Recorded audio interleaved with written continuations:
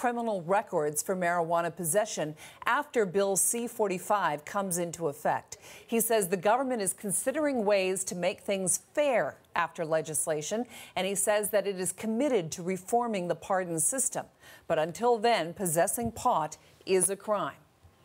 All right, so our question for you tonight, tell us what you think. Should the government pardon people who have a criminal record for marijuana possession? What should that law look like? We invite you to join the conversation with your opinions. You can add your comments and questions on CBC News Facebook page or YouTube channel. You can also tweet me at Carol McNeil. In Toronto tonight, we have Pam Palmater. She is the Ryerson Chair in Indigenous Governance. Also in Toronto is Brittany Andrew-Amofa. She's the Policy and Research Manager at Broadbent Institute, and Charles Adler is in Vancouver. He is the host of Charles Adler Tonight. Okay, let me ask the question that we're asking the public to weigh in tonight. Pam, what do you think? Should there be pardons for people who have been convicted of marijuana possession? Most definitely, for several reasons. One, because it's being legalized, there has to be, you know, like the minister said, some form of fairness, because you have to take into account who's going to be profiting from this new legalized business. Many of these companies that are being set up now are actually former police officers, former drug agents. So it can't, on one hand, have people like that profiting while the people who suffered under it having to suffer lifelong consequences for it. And number two also relates to the police, and it's the over-policing of oppressed communities like Black Canadians and Indigenous peoples who are over-policed, overcharged, over-incarcerated for smaller crimes such as that. And that's one way that they could address the negative implications to their lifelong employment and other opportunities. Okay. Bill Doucette comments on YouTube. Anyone who is jailed for only personal use should be pardoned. I don't think anyone wants convicted traffickers who use weed sales to fund opioid or similar street-killing drugs free. So Bill Doucette saying anyone who was jailed for, or I think he means convicted, for only personal use should be pardoned, because I think most people who were convicted of possession didn't end up in jail. Brittany, what do you think? I think Pam hit the nail on the head. Absolutely, there needs to be pardons. But what I would like to see from this federal government is we need definitive commitments to pardoning individuals. Right now, we're getting very vague commitments. We're getting quite soft commitments. And if the government is quite serious about pardoning individuals, then they would not have shot down an NDP motion that took place last Friday. So last Friday, the NDP introduced a motion to do this, pardon individuals with past convictions of marijuana, and the Liberal government voted it down, causing the motion to fail. Now, that is not a good first step if we really want to take this government seriously. So what I suggest is that we wait. We wait to see if their commitments are going to actually come through. And if October 17th comes into play and there aren't any movement, then we need to continue pushing and we need to continue advocating for pardons. Okay. Charles, what do you think? Well, I think people who had criminal records based on simple possession should have had their records expunged many years ago. Now, maybe that's just the libertarian in me, but I don't know why anybody in recent years has been punished in any way because of simple possession that may have been 10 or 15 or 20 years ago. But going forward, as far as the pardon is concerned, yeah, blanket pardon for possession. It ought to be extremely blanket, extremely specific. And we move on. We don't need a two-tier society. Let me get a clarification on that, Charles. So the law is right now you can possess 30 grams. That the law will be of October 17th. An adult can possess 30 grams. So should it be exactly that, 30 grams possession? Anything or less, 30 grams or less, should be declared. You get an automatic pardon. Correct. Any you know, I mean, I guess the principle here would be. If you wouldn't be violating the law after October 17th with whatever it is that you did, you ought to be pardoned. Okay. Bonnie Mack comments on Facebook, we have people with charges who can't find jobs. Not pardoning is keeping them in welfare and underemployed. So this makes sense. Anyone want to weigh in on that? Well, exactly. I mean, that's what we were talking about before. You're thinking about things that people have done. It could be many decades ago. It could have been a one-time affair, or but in every other way, They were leading normal lives until their criminal conviction. It impairs their ability to do volunteer opportunities, work for social organizations. It impacts their employment and then their ability to gain a salary, support a family. And so then what are you doing? You're creating a large group of people who in fact have no way to provide for themselves, and it actually makes social conditions far worse for really, for personal use. It doesn't make sense. The punishment is long beyond the conviction. It's really the life implications after the conviction, and it doesn't correspond with the actual offense. Well, what if they had more than one conviction, Pam? Well, it's the same thing, though. You're still being convicted for personal use. And I think that's where they're going to have to study this potential law very, very carefully about what's reasonable. What if they had, 31 grams? What if they had 32.5 grams? Is it going to be rigid, or is it going to be flexible, given the really negative implications that it has on a person's lifetime opportunities? Absolutely. And if we take a look at this whole marijuana legalization process, we really need to ask ourselves, who is this benefiting? Is it benefiting the public? Or is it benefiting mostly government and those who, police officers, those who are now opening up marijuana businesses?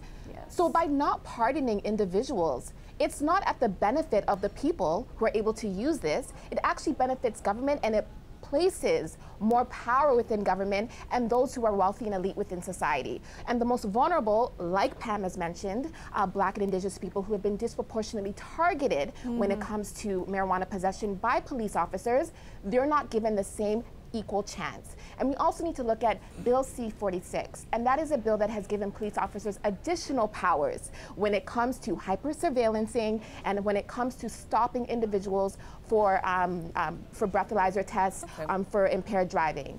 Now, if people are able to be stopped randomly without any suspicion, again, who is this benefiting? We really need to ask ourselves why this unequal and unjust marijuana legalization plan has been allowed to go uninterrogated this far. Okay, let me play devil's advocate on this issue. Somebody has it's against the law, you do it anyway. Why do you deserve a pardon? Charles? Well, I can Brittany? just spit out some facts. About 60,000 people, 60,000 individuals across this country are charged for marijuana possession on an annual basis, right? Yeah, last year it was, I can give you the exact figure. I noted it down. I just have to be able to see where I noted it down, and I think it's about over 17,000 in 2016. Okay. 17,000. It costs the government a lot of money just to be managing people through the legal system. In order to process people through the courts, it can cost up to hundreds of thousands of dollars. So that alone is not efficient or an effective way to spend government's time. And simply it being the law doesn't make it just, or think about for many, many decades, it was against the law for Native people to go hunting and fishing, but we had to break the law and prove that it was an unjust law in order for it to be changed for us now to be able to go hunting and fishing pursuant to our Aboriginal and treaty rights. So this law has been unjust for a very long time, has created essentially lifelong sentences for people for relatively minor offenses. So just the fact that it was the law is really no defense. Well, I'm going to jump in and agree 100% with that. I mean, there was a time when LGBT people were convicted of loving one another. I mean, think about how ridiculous that is. Now, we hear about that today and we go, well, no, that's a talk show host exaggerating. And I say, no, that's exactly the way it was. And most recently, you had the government apologizing for people who still had those convictions on their record. Yeah, exactly. And even with the pardoning of these convictions now, it is going to take an awful lot of community-based support to undo the lifelong implications for those relatively small charges. I mean, look at people who haven't been able to get jobs or valuable work for decades. That's not something that by a pardon, oh great, everything's now wonderful. They're where they are because of that. And so we have to look at more than just the pardon. The pardon's a good first step, but it's really much more than that. How much further should it go, Pam? Well, I think they need to have programs for people, skills training and things that are targeted at people who were disproportionately punished for a relatively small crime, far beyond whatever punishment they had in the courts. Right now, people have to wait 5 years from the date of their conviction to apply for a pardon for marijuana possession. What do you think the new rule should be? Charles, any ideas on that? Well, as I was saying, I just think it should be a blanket pardon, because if you have situations that are too open to interpretation, then I really don't think we have this just society that we're looking at. I think if we want the sun to shine on October 17th, it should shine on everyone. Absolutely, and Pam raised a really great point in terms of the services and supports that will be needed for individuals who do, in hopes of having their pardons wiped out, but that raises another question in terms of how do we get those services and supports. So right now, there will be tax revenue that will be gained from the distribution of marijuana. 75% of that tax revenue is going to the provinces, and a portion of that will be going to municipalities, in a large part for policing. Now that is problem number one.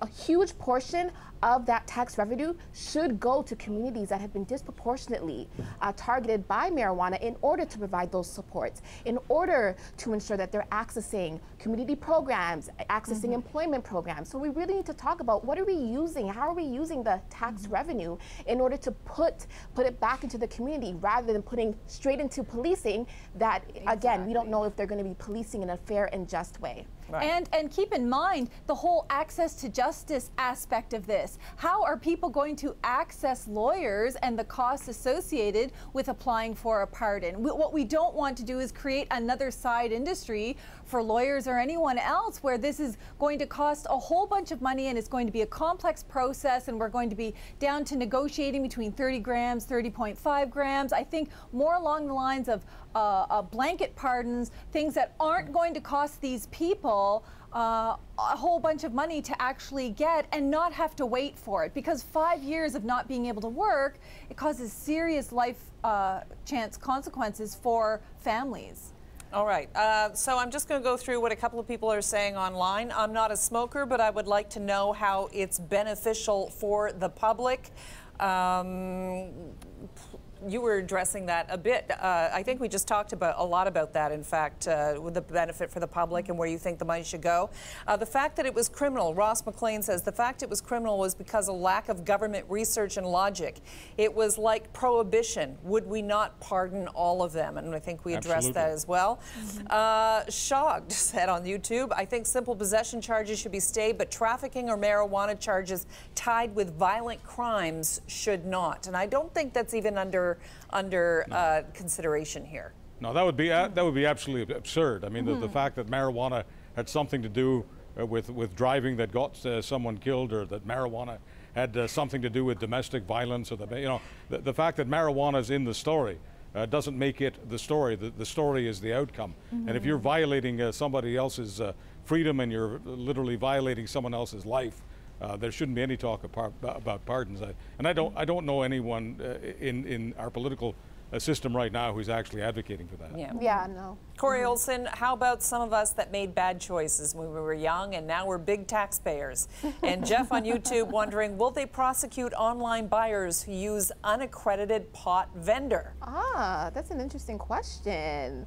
Because if we take a look at how marijuana is going to be sold across our country, each province is distributing it quite differently. Here in Ontario, where I am, online sales, correct me if I'm wrong, everybody on the panel, is not an option. It's all going to be done through kind of an LCBO partnership model. So I think that's an excellent one, and one where a province is actually doing online distribution would probably be able to better answer. Yeah, and I'm going to leave this, Michael J. Finner saying on Facebook, I'm going to leave this as our rhetorical ending question because we don't know the answer yet. 3 years ago, the minister said the fee increase for pardons was far too high and was going to be changed in fairness to all Canadians. Will this change? That is to be determined, and we'll get an answer to that post October 17th.